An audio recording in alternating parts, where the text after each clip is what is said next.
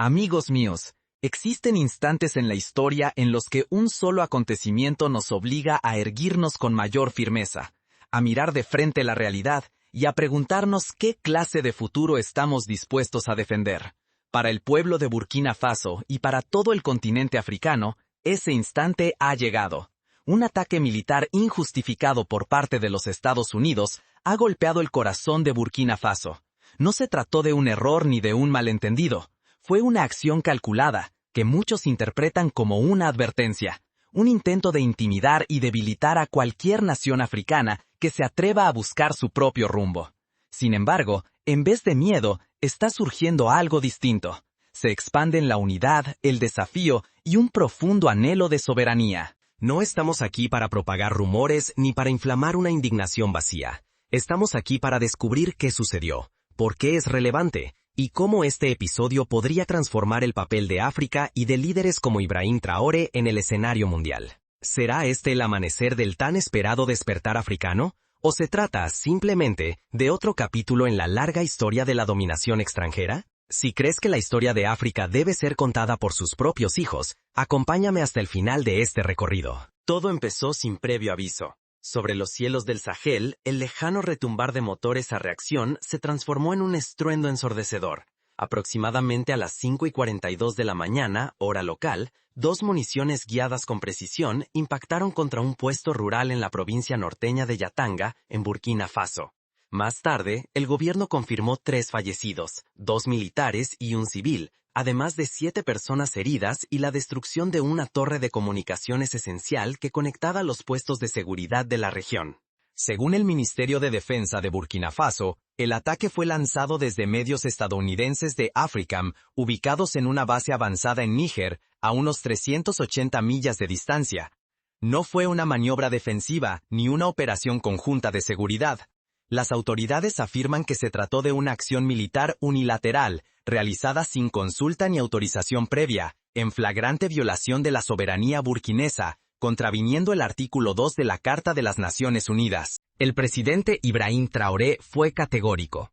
Apareciendo ante la nación en una transmisión en directo, vista por alrededor de 8.400.000 ciudadanos burkineses, declaró: "Este ataque no fue solo contra nuestro territorio. Fue contra nuestro derecho a existir como un pueblo libre e independiente". En cuestión de horas, los 12.000 militares en servicio activo del país fueron puestos en alerta máxima. La vigilancia de las fronteras con Malí y Níger se reforzó con 1.200 soldados adicionales.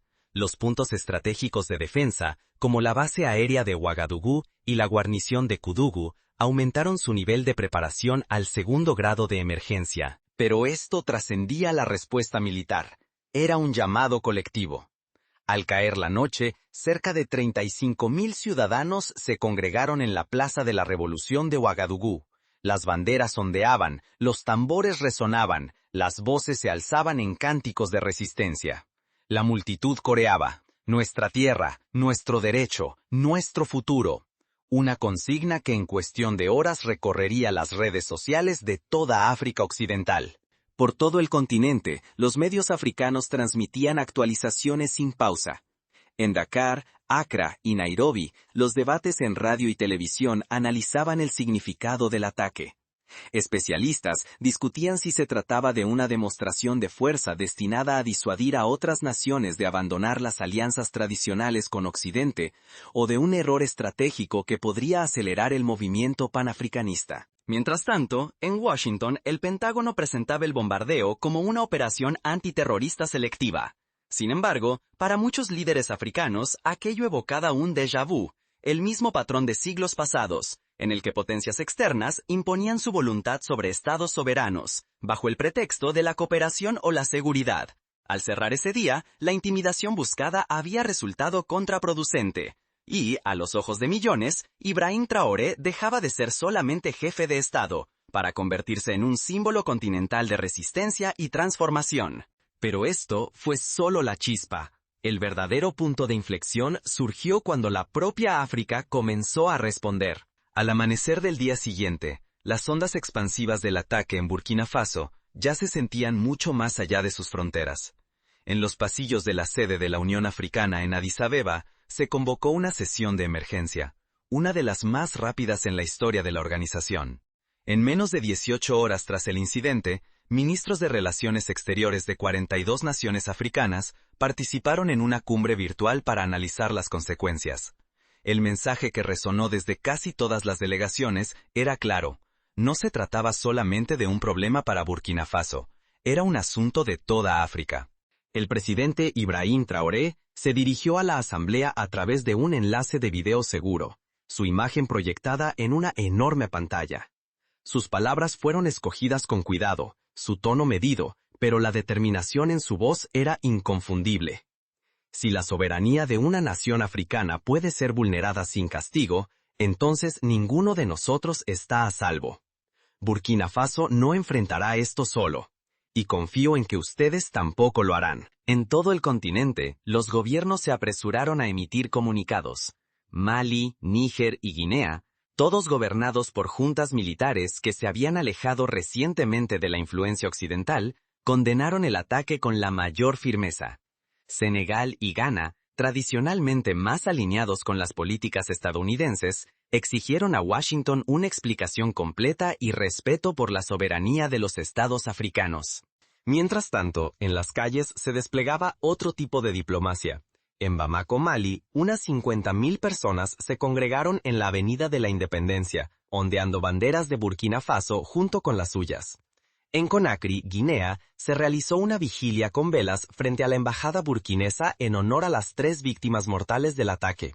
Incluso en ciudades con lazos históricos con Estados Unidos, como Nairobi, pequeñas pero enérgicas protestas exigían la solidaridad africana, y la noticia acaparaba los ciclos informativos del continente. Los programas de radio se saturaron de oyentes que pedían a sus gobiernos una postura más firme contra las operaciones militares extranjeras en territorio africano. La indignación ya no era solo nacional, se transformó en un llamado de unidad panafricana. Analistas de defensa regionales comenzaron a debatir abiertamente una propuesta audaz: la creación de una fuerza africana conjunta de reacción rápida, destinada a disuadir y, si fuera necesario, responder a amenazas militares externas. Aunque la idea ya se había discutido en el pasado, esta vez venía acompañada de un sentimiento de urgencia sin precedentes. Un experto en seguridad de la Academia de Defensa de Nigeria lo expresó sin rodeos: lo que sucedió hoy en Burkina Faso podría pasarnos mañana a nosotros. La unidad ya no es un sueño, es cuestión de supervivencia. Mientras las calles africanas rugían con desafiante determinación, los pasillos del poder en Washington lidiaban con las consecuencias. En menos de 24 horas tras el ataque, el Pentágono ofreció una rueda de prensa, asegurando que la operación fue una acción antiterrorista precisa, dirigida contra una célula militante presuntamente activa en las provincias del norte de Burkina Faso. Un portavoz alegó la existencia de inteligencia confiable sobre amenazas inminentes contra intereses estadounidenses en el Sahel, pero ante las preguntas no se ofrecieron nombres, fechas ni pruebas fotográficas. En Nueva York, el embajador de Burkina Faso ante las Naciones Unidas solicitó una reunión de emergencia del Consejo de Seguridad. La sesión se prolongó por más de 3 horas, con intensos intercambios entre los representantes de Estados Unidos y los africanos. Rusia y China criticaron abiertamente el ataque, calificándolo como una violación de la soberanía de un Estado miembro de la ONU. Francia, evitando una condena directa, pidió contención a todas las partes, lo que para muchos africanos fue visto como una maniobra para salvaguardar sus propios intereses estratégicos en África Occidental. Mientras tanto, la cobertura mediática internacional se dividía según líneas predecibles. Las plataformas africanas destacaban el costo humano y la tendencia creciente de injerencia extranjera, mientras que varios medios occidentales ponían el foco en la inestabilidad regional y en la amenaza de grupos extremistas. En las redes sociales, analistas e influencers africanos acusaban a las redacciones globales de minimizar el tema de la soberanía en favor de relatos de seguridad que justifican la intervención.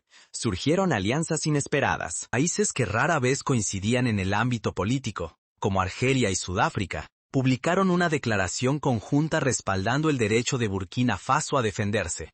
Incluso naciones fuera del continente africano, como Brasil y Malasia, manifestaron públicamente su inquietud por el precedente que se establece cuando se recurre a la fuerza militar sin el consentimiento del país anfitrión. Quizás lo más revelador fue la reacción de la diáspora africana en los Estados Unidos y Europa. En ciudades como París, Londres y Nueva York, agrupaciones de activistas birkinareses y panafricanistas organizaron manifestaciones que congregaron a centenares de personas en cada localidad.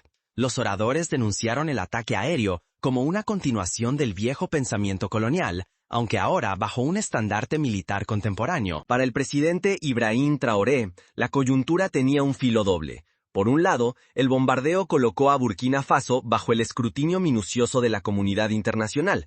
Por el otro, lo posicionó en el corazón de un debate que crecía a gran velocidad sobre la autodeterminación africana.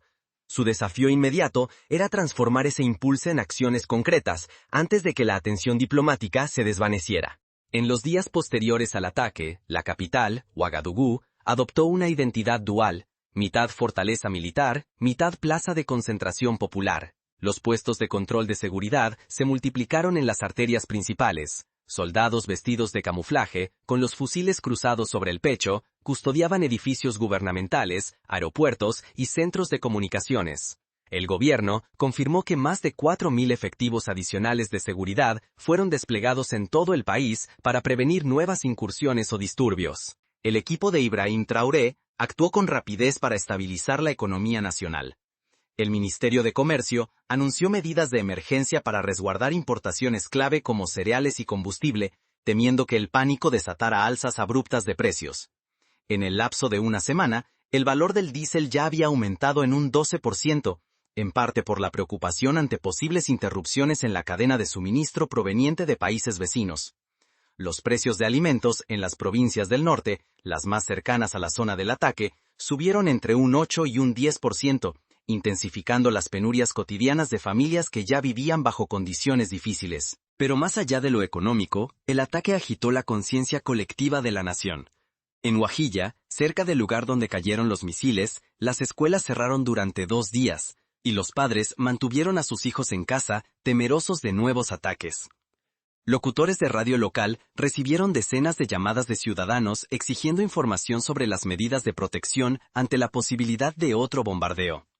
Para muchos, el temor no era solo a los aviones de guerra de los Estados Unidos, sino al sentimiento de indefensión de una nación pequeña en una región inestable. El gobierno de Traoré optó por una estrategia de comunicación pública.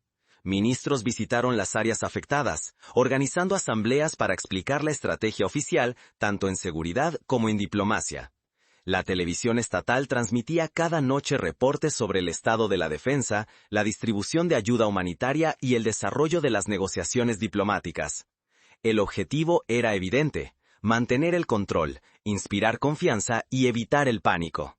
No obstante, las organizaciones de la sociedad civil empezaron a exigir mayor transparencia. Aunque muchos respaldaban la postura desafiante de Traoré, los activistas querían detalles concretos sobre la información de inteligencia que poseía Burkina Faso respecto a las alegaciones estadounidenses de amenaza terrorista. Un reconocido abogado de Ouagadougou lo resumió sin rodeos. Nuestra soberanía es sagrada, sí, pero el gobierno debe protegerla con la verdad, no solo con discursos. A pesar de todo, encuestas de opinión realizadas por firmas locales mostraron que la aprobación pública de Traoré saltó del 62% al 78% inmediatamente después del ataque. El relato de un líder joven enfrentándose a una superpotencia mundial caló hondo en una población que por largo tiempo ha estado acostumbrada a recibir imposiciones externas. En Washington, el incidente en Burkina Faso se transformó en un inesperado punto de tensión, tanto en la política exterior como en el debate interno. En cuestión de días, el Comité de Servicios Armados del Senado solicitó una sesión reservada con el Pentágono. Varios legisladores, sobre todo los de la Comisión de Relaciones Exteriores, manifestaron su preocupación por la ausencia de consultas previas al Congreso. El senador Mark Rutledge, representante de Illinois, expresó claramente la inquietud generalizada. Si estamos llevando a cabo ataques militares en territorios soberanos sin la aprobación de sus gobiernos, nos adentramos en un terreno peligroso, tanto desde el punto de vista ético como estratégico. El Departamento de Estado se apresuró a replantear la situación, subrayando que la operación tenía como objetivo neutralizar una amenaza extremista inminente, y haciendo referencia a datos de inteligencia proporcionados por aliados regionales. No obstante, fuentes dentro del cuerpo diplomático confirmaron que ni la Unión Africana ni Burkina Faso habían sido informados previamente, un detalle que encendió las críticas de organizaciones defensoras de los derechos humanos y de institutos de análisis dedicados a los asuntos africanos. Al otro lado del Atlántico, las reacciones fueron diversas. Francia, aún recuperándose de sus propios recientes fracasos militares en la región del Sahel, adoptó una postura cautelosa y pidió entablar diálogo, pero evitó el approachar directamente a los Estados Unidos. Alemania e Italia manifestaron una preocupación prudente, y desde Berlín se advirtió que las alianzas no pueden sostenerse si falta la confianza. En contraste, Rusia y China aprovecharon la coyuntura para condenar la acción calificándola de neocolonialismo, expresando un respaldo discursivo al presidente Ibrahim Traoré y dejando entrever la posibilidad de intensificar la cooperación militar y económica con Burkina Faso.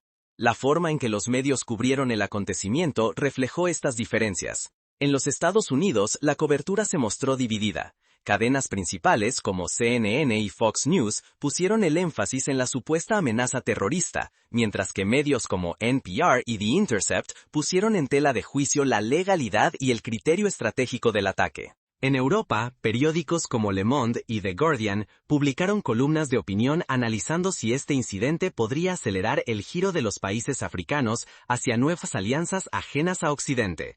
Mientras tanto, cadenas de noticias africanas y plataformas digitales mantuvieron el debate sobre la soberanía en primer plano, retransmitiendo en numerosas ocasiones los discursos desafiantes de Traoré y mostrando manifestaciones populares a lo largo y ancho del continente. Analistas africanos acusaron a la prensa occidental de minimizar la magnitud de la solidaridad africana. En los centros de pensamiento político desde Washington hasta Bruselas, surgió una pregunta inquietante. ¿Habían calculado mal los Estados Unidos, subestimando tanto el simbolismo como las consecuencias prácticas de su intervención? En las semanas posteriores al ataque, el gobierno de Ibrahim Traoré tomó medidas firmes para redefinir su política exterior.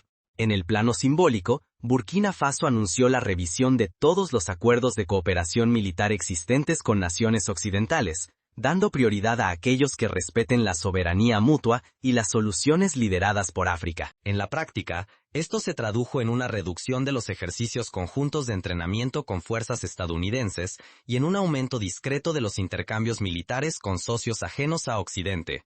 El cambio más trascendente se produjo cuando Burkina Faso, Mali y Níger, tres naciones sahelianas que enfrentan desafíos de seguridad similares, firmaron en Bamako un pacto de defensa mutua.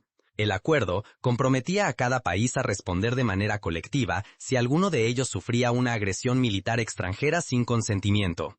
Pronto, este movimiento fue bautizado como la Alianza del Escudo del Sahel y se interpretó como un desafío directo tanto a la influencia militar francesa como a la estadounidense en la región. Este reajuste no aconteció de forma aislada. En Argel, el Ministerio de Asuntos Exteriores de Argelia organizó una cumbre a puerta cerrada con delegaciones de Burkina Faso, Chad y Guinea para debatir la posibilidad de una cooperación panafricana en materia de seguridad.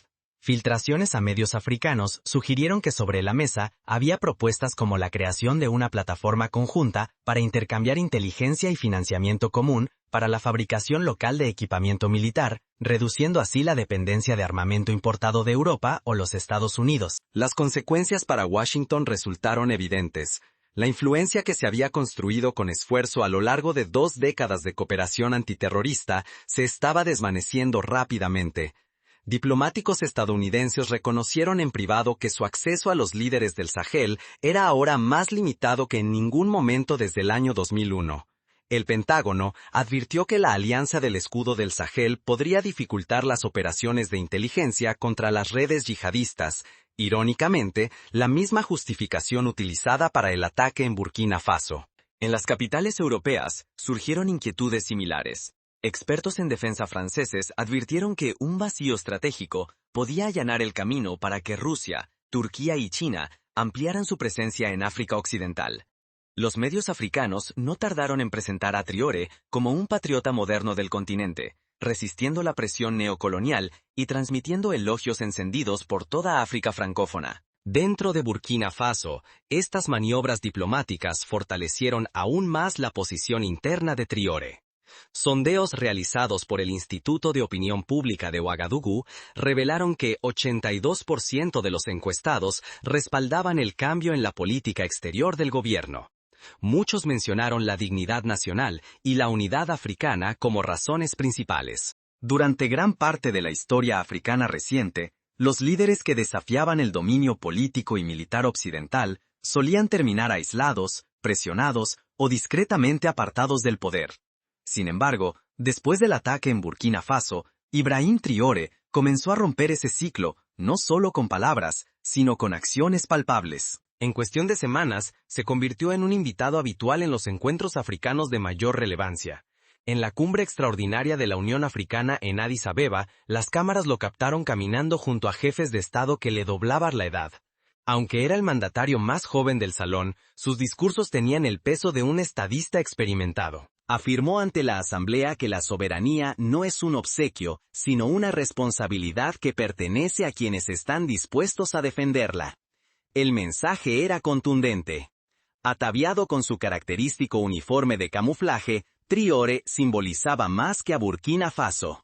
Para millones de espectadores en todo el continente, él representaba la idea de que el destino africano no debía negociarse en ciudades extranjeras. Sus palabras se repitieron en Africa News y se propagaron en redes sociales, generando hilos de comentarios donde la admiración se mezclaba con pedidos de acción en sus propios países. No se trataba solo de discursos encendidos. El gobierno de Traoré fortaleció discretamente los marcos legales para la gestión de recursos, asegurando que los contratos mineros, especialmente los de oro y manganeso, priorizaran los intereses nacionales. De esta manera, atacó directamente uno de los principales mecanismos de influencia extranjera en África Occidental, el control de los recursos naturales. Su respuesta ante las represalias occidentales fue prudente pero firme. Cuando varios programas de ayuda occidentales amenazaron con suspenderse, su administración recurrió a socios alternativos en África y Asia para evitar brechas financieras. Así, esquivó la crisis económica que los críticos predecían y reforzó su argumento de que la dependencia era una opción, no un destino inevitable. El momento decisivo llegó sin aviso. 2 meses después del ataque en Burkina Faso, se produjo un incidente similar en Níger. Un ataque aéreo no autorizado, llevado a cabo por un dron extranjero, acabó con la vida de 4 civiles durante una supuesta operación antiterrorista. La indignación fue inmediata, y los paralelismos con la tragedia de Burkina Faso resultaron evidentes. El liderazgo provisional de Níger contactó a Ibrahim Traoré en menos de 24 horas, solicitando una declaración conjunta de urgencia. Los dos mandatarios aparecieron juntos en Niamey, acompañados de sus ministros de defensa, proclamando que la época de ataques unilaterales en suelo africano había llegado a su fin. Esta postura común, transmitida en directo por Africa News y replicada por cadenas regionales desde Marruecos hasta Sudáfrica, fue interpretada por muchos como la primera vez que varios gobiernos de África Occidental se unían públicamente contra acciones militares occidentales con tal claridad. El eco se sintió en todo el continente. Malí, Guinea y Chad emitieron comunicados similares. En África Oriental, Tanzania y Uganda expresaron su apoyo. Incluso en países tradicionalmente aliados de potencias occidentales, los parlamentos iniciaron debates sobre la conveniencia de albergar bases extranjeras sin una supervisión más estricta. A través de fronteras étnicas y lingüísticas, desde las comunidades Masi de Burkina Faso, hasta los Tuareg en Malí y los Hausa de Níger, el mensaje era inequívoco. Los recursos y la dignidad debían ser protegidos por los propios africanos. Para muchos, la aparición de Traoré junto a los líderes de Níger no fue simplemente un acto simbólico, sino la constatación tangible de un cambio largamente debatido y casi nunca llevado a la práctica. En el ámbito diplomático, este bloque renovado complicó aún más las estrategias occidentales en el Sahel. Para Traoré, representó la culminación de varias semanas de maniobras meticulosas, evitando provocar conflictos innecesarios, manteniendo la estabilidad interna y tejiendo una alianza que convertía cualquier represalia contra él en un costo político demasiado elevado. En el corazón del África Occidental, un dirigente joven se mantuvo firme ante el peso de la historia y, con esa determinación, alteró el rumbo de los acontecimientos. Ibrahim Traoré no buscó esta confrontación, pero cuando la crisis llegó a la puerta de Burkina Faso, eligió la resistencia en vez de la sumisión, la unidad sobre el temor. El golpe que pretendía doblegar a una nación, en cambio, encendió una chispa a lo largo del continente. Desde Ouagadougou hasta Nairobi, desde Dakar hasta Dar es Salaam, las voces se alzaron con un mensaje unánime. La soberanía africana no está sujeta a negociación. Pertenece a quienes habitan esta tierra, a quienes hablan sus lenguas y sueñan su porvenir. El recorrido de Burkina Faso está lejos de finalizar. Llegarán desafíos, aumentarán las presiones, pero el espíritu que aquí se ha despertado no será fácilmente acallado. Como el propio Traoré proclamó, no pedimos permiso para ser libres, nos levantamos y tomamos nuestra libertad. Ahora la pregunta te corresponde a ti, testigo, pensador, ciudadano. ¿Estarás del lado de quienes rehúsan inclinarse? Si crees que la verdad supera los titulares, comparte esta historia. Si consideras que la dignidad de África importa, suscríbete y únete a las voces que jamás serán silenciadas. Que Dios bendiga a África. Que Dios bendiga a Burkina Faso.